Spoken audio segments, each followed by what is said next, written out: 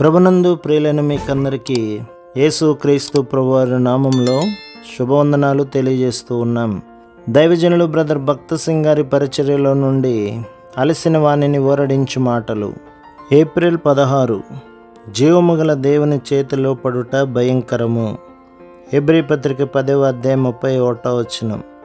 కోరహు, దాతాను, అబీరాములు వారి గోత్రములలో ప్రజలను నడిపించువారుగా ఉండిరి. వారికి మోషే ఎడల అసూయ కలదు, అందుచేతనే అతనికి విరోధంగా సణిగిరి. వారి పేరు, ప్రఖ్యాతి, అధికారమును కోరుకొనిరి. ప్రతి దేశములో ప్రతి వ్యక్తి కోరిక ఇదే, తమ తోటి వారి మీద అధికారమును పెత్తనమును కోరుదురు. అందుచేతనే సాధ్యమైన ప్రతి సాధనం ద్వారా వాటిని పొందగోరుదురు.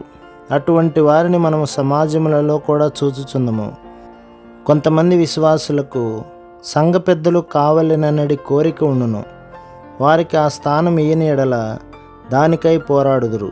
కొంతమంది తమ నాలుకలతో, కొంతమంది చూపులతో పోరాడుదురు. వారికి కొంత అధికారం ఇచ్చినా తృప్తి చెందుదురు. అది మానవ స్వభావము. మోషే దినములలో ప్రసిద్ధికెక్కిన ఈ ముగ్గురు 250 మంది ప్రధానులను విరోధముగా లేవనెత్తిరి. బహుశా వారు తెలివిగలవారు, వాక్యం తెలిసిన వారై ఉండవచ్చును. ఎందుచేతననగా వారు ఆ ప్రధానులను తమ పక్షమున చేర్చుకొను సామర్థ్యము కలిగి ఉండిరి. సంఖ్యాకాండం 16వ అధ్యాయం 2వ వచనం.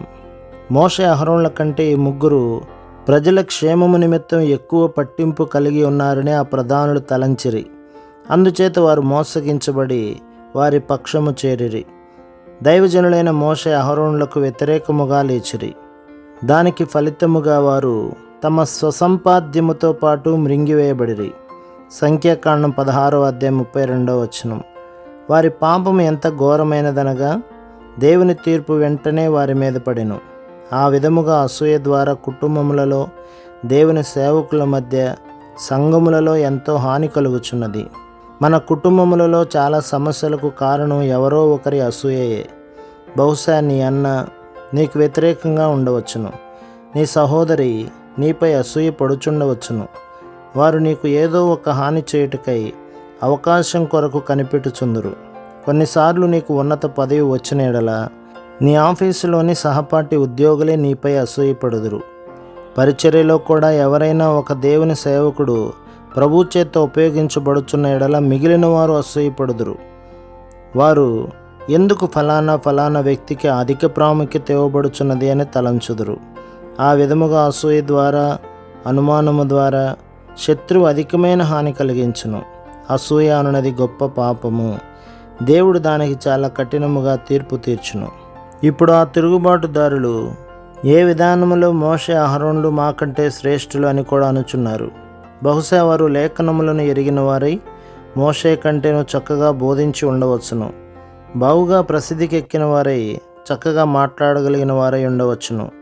అందుచేత వారు గర్వించి మోషే కంటేను బాగుగా తెలివినని తలంచెందురు.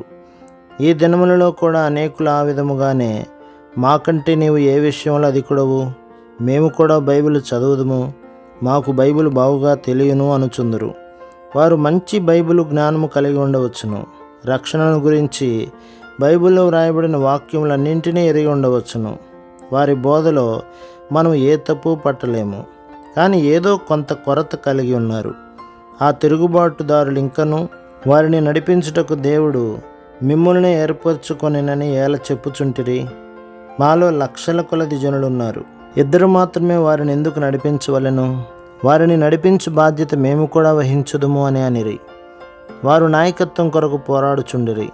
ప్రతి దేశములో ఇదే విషయము జరుగుచుండుటను కనుగొనుచున్నాము. మరి ముఖ్యంగా క్రైస్తవుల మధ్య చూసుచున్నాము. సంఘములలో వారికి అధికారము, కీర్తి, పేరు, నాయకత్వం కొరకైన ఆశ గలదు. కోరహు అతని సమూహమునకు చాలా తీవ్రంగా తీర్పు తీర్చబడెను. మనం హెచ్చరిక తీసుకుందాము. ప్రభు మిమ్మును, మీ కుటుంబమును, మీ సంఘమును దీవించి ఆశీర్వదించునుగాక. ఆమేన్.